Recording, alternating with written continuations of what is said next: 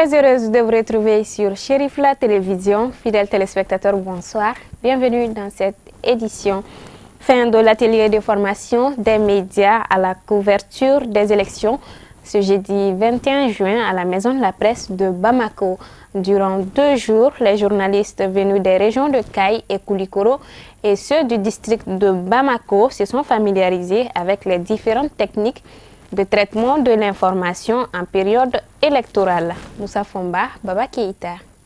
L'atelier de formation des médias à la couverture des élections, initié par la Haute Autorité de la Communication et son partenaire Friedrich Ebert, a pris fin ce jeudi 21 juin. Il s'agissait pour la structure en charge de la régulation de l'espace médiatique de notre pays d'initier les professionnels de la presse aux techniques de traitement de l'information en période électorale, notamment pour la présidentielle du 29 juillet prochain. Était d'abord de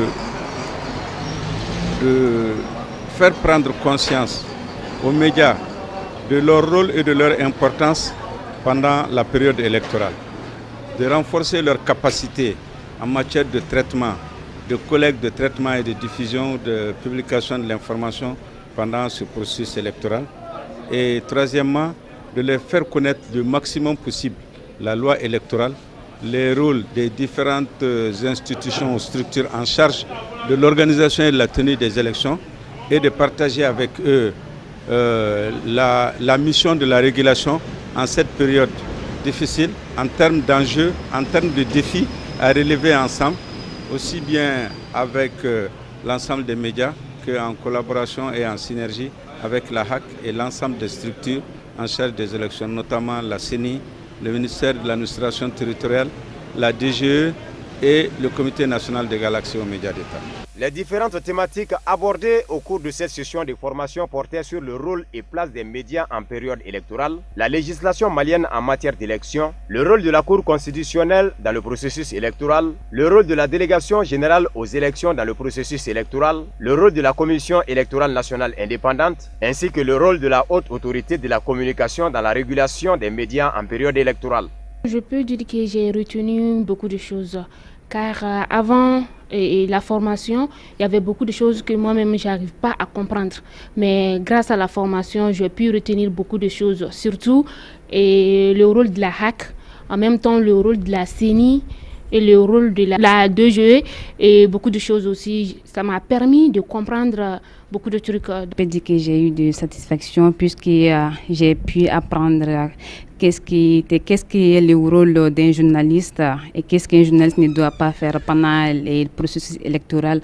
Les participants à la formation se disent satisfaits de la qualité des exposés et se disent désormais munis pour faire face à leur mission régalienne, à savoir le devoir d'informer. C'est même une attente qui a été formulée par tous les conférenciers qui sont venus des autres acteurs impliqués dans le processus électoral. Ils ont tous souhaité que les hommes et les femmes de médias fassent preuve de maturité et de pondération dans l'exécution de leur mission d'information. Ils ont aussi souhaité que ces hommes et ces femmes de médias s'impliquent entièrement dans l'accomplissement de cette mission. C'est-à-dire qu'ils remontent un maximum d'informations à tous les citoyens pour que ceux-ci puissent faire le moment voulu un choix éclairé et informé. Donc c'est-à-dire que les citoyens puissent appréhender aussi bien les programmes des partis et des candidats que saisir la profondeur des enjeux que représentent ces élections pour notre pays. Et qu'ils gardent la tête froide au milieu de la tension électorale qui est un phénomène inévitable, mais qu'il faut éviter d'amplifier et d'aggraver à travers les médias. L'atelier de formation des médias à la couverture des élections, initié par la Haute Autorité de la Communication, entre dans le cadre de la mise en œuvre des résolutions du séminaire international sur la régulation des médias en période électorale, organisé à Bamako en novembre dernier, en partenariat avec l'Organisation internationale de la francophonie. Il est le premier d'une série qui se poursuivra par la tenue d'autres en direction des professionnels des médias et d'autres agents de l'État impliqués dans la gestion du processus électoral. Le bureau exécutif national du parti URD a tenu à rencontrer la plateforme des syndicats de la santé en grève depuis 9 jours. Conduite par le professeur Salikou Sanogo, premier vice-président du parti, la délégation est venue s'imprégner des revendications de la plateforme afin de leur garantir son soutien. Le point avec Fousseine Keita. Quelles sont les motivations que revendique la plateforme des syndicats de la santé? Ce sont les réponses à ces questions que le bureau exécutif de l'URD a voulu savoir en rendant cette visite à la plateforme des syndicats de la santé dans les locaux du CSTM. En grève depuis 9 jours et très suivie sur toute l'étendue du territoire national, la plateforme a expliqué de long en large les 3 points essentiels de revendication. Le premier point de revendication, c'est surtout le statut particulier des agents de santé. On parle du statut particulier des agents de santé. Il s'agit de tous les agents de santé, pas uniquement pour les médecins, mais l'ensemble des agents de santé. Alors, le deuxième point de revendication, c'est l'application intégrale du protocole d'accord de l'année dernière. Malheureusement, après une évaluation, on se rend compte que ce protocole n'est appliqué qu'environ à 30%. Alors, le troisième point de revendication, c'est la création d'une passerelle entre l'enseignement supérieur et la fonction publique des collectivités. Ça aussi, c'est un point qui est assez embêtant parce que nous pensons que c'est une grosse injustice que vraiment l'État doit aujourd'hui corriger. Que Dieu nous en garde au cas où demain à Azoureur les choses ne se règlent pas comme on l'aurait souhaité. La plateforme va se réunir et prendre toutes les décisions qui s'imposent. De toute façon, nous avons assez de moyens légaux qui nous permettent de poser d'autres actions qu'une grève stérile. On va réfléchir et on va prendre la décision la plus appropriée en fonction du moment. Écoutez, quand il y a un problème dans un pays, tous ceux qui se disent être à l'écoute, qui se disent être disponibles pour écouter et réfléchir, sont les bienvenus, que ce soit au niveau de la plateforme ou d'ailleurs. Je pense que l'URD, en tant que parti politique cherchant à jouer le pouvoir, est dans son rôle de chercher à comprendre le problème des Maliens et de chercher à se projeter dans l'avenir pour les résoudre. Seulement que le problème que nous vivons aujourd'hui ne peut pas attendre malheureusement. Et nous espérons qu'ils vont s'investir auprès des pouvoirs publics pour qu'on puisse avoir des oreilles attentives en vue d'avoir des solutions idoines à nos préoccupations pour vraiment pouvoir apaiser la souffrance des Maliens et des Maliennes. Après avoir prêté des oreilles attentives aux dires des syndicalistes, tour à tour, les membres de la délégation du bureau exécutif national de l'URD ont pris la parole. Chacun estime la pertinence des points de revendication. Nous sommes venus effectivement aux médecins qui sont en grève à l'initiative du président de notre parti, l'honorable Soumaïla Cissé, et de tout le bureau exécutif national, pour nous informer de leurs revendications, pour comprendre le bien fondé de ces revendications, afin de nous faire une opinion et de voir comment nous-mêmes nous pouvons contribuer à la résolution de ce conflit social. Alors nous avons compris qu'il y a les points essentiels. Alors, sur tous ces points, les responsables des collectifs des syndicats nous ont donné les informations nécessaires et nous-mêmes, nous avons eu les éclaircissements que nous attendions. Alors, ce que nous retirons comme conclusion, c'est que ces revendications sont faites, n'est-ce pas, dans un esprit de responsabilité, parce qu'ils sont conscients qu'une grève de la santé a des effets néfastes. Il est nécessaire que ces points soient revendiqués, que la population soit informée du bien fondé de ces revendications et que les pouvoirs publics s'emploient à trouver une solution, n'est-ce pas, à ces revendications-là. Alors nous sommes dans un parti où le président l'honorable Cissé a toujours préconisé le dialogue social, alors avec les syndicats, avec les associations, parce que rien ne se fera dans aucun des secteurs d'activité de notre pays s'il n'y a pas le dialogue entre les pouvoirs, les décideurs, et les syndicats et les associations. Et nous allons rendre compte à notre parti, déjà dans le programme de notre candidat, Il y a beaucoup de points de recoupement avec les revendications des syndicats. Si les premières 9 jours décrétés arrivent à terme sans issue favorable, la plateforme des syndicats de la santé entend faire recours à d'autres moyens légaux jusqu'à avoir satisfaction. Le club des amis et associations de M. Abdoulaye Bagayogo décide d'adhérer au parti Alliance pour la solidarité au Mali, Convergence des forces patriotiques ASMA CFP. C'était le jeudi 21 juin à la Cité des enfants de Niamakoro, en commune 6 du district de Bamako. Fatmata Kane, Draman Mali.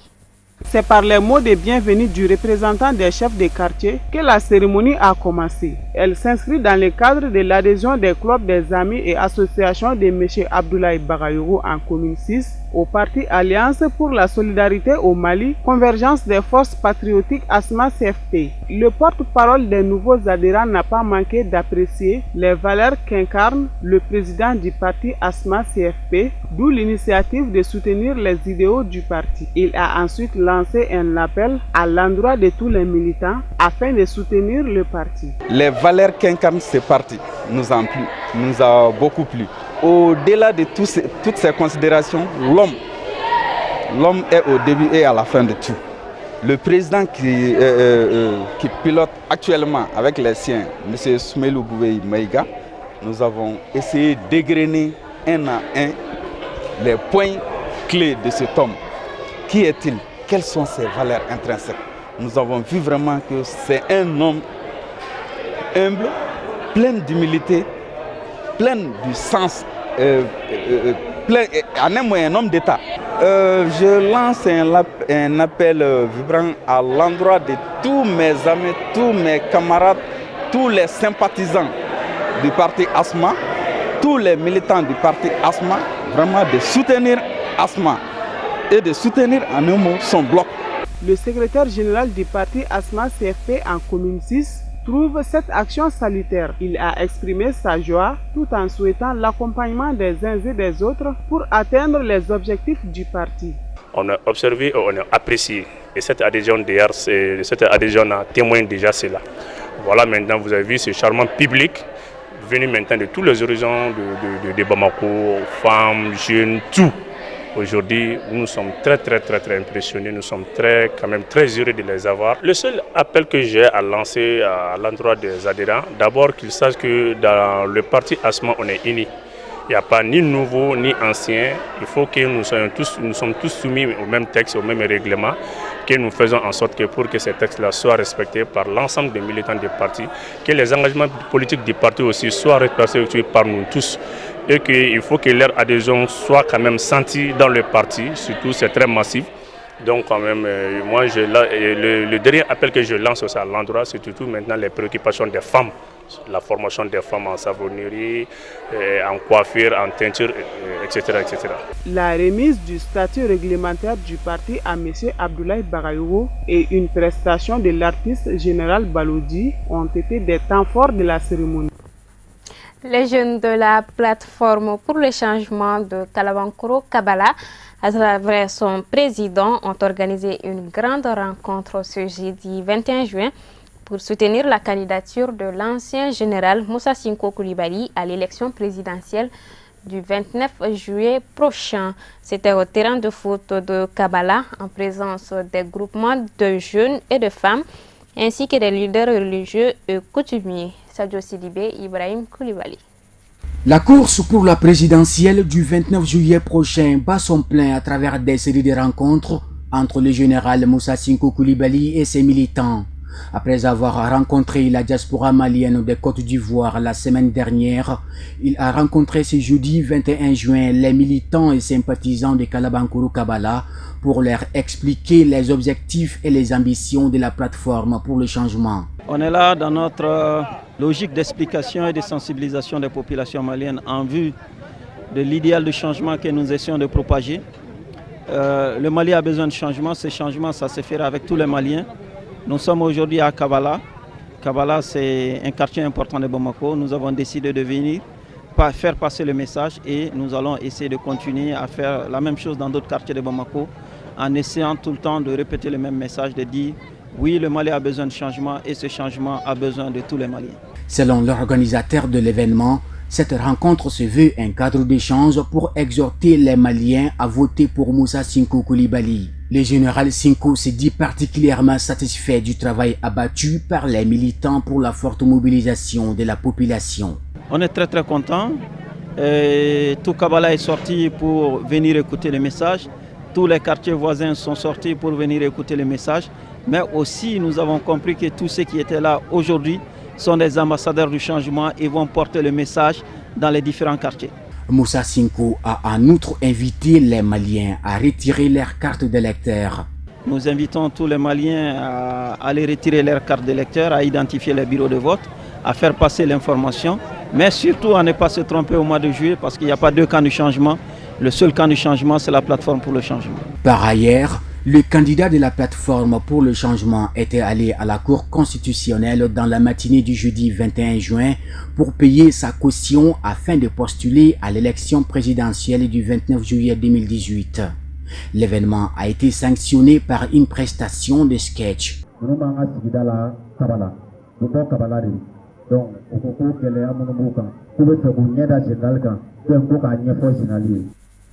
Et nous retrouvons Moussa Fomba pour le commentaire de l'actualité africaine.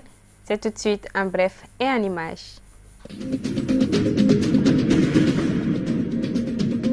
Après les inondations meurtrières du début de semaine à Abidjan, le gouvernement a annoncé une enveloppe de 2 milliards de francs CFA qui doivent être distribués aux familles des victimes et aux sinistrés. Des distributions de vivres et d'équipements de première nécessité sont également prévues. Et au terme d'un conseil de sécurité d'urgence, le président Alassane Dramane Ouattara s'est rendu lui-même sur les lieux du drame. Les pieds dans la boue de la cité Alabra, Alassane Ouattara a tenu à constater de ses yeux l'ampleur des dégâts. Les familles éplorées sont renforcées par le chef de l'État en ces termes. On a pris la décision, on va vraiment venir en aide. Une mère de famille décrit au président l'eau qui monte inexorablement à l'intérieur de sa maison. Elle dit avoir été témoin de la noyade d'un de ses proches.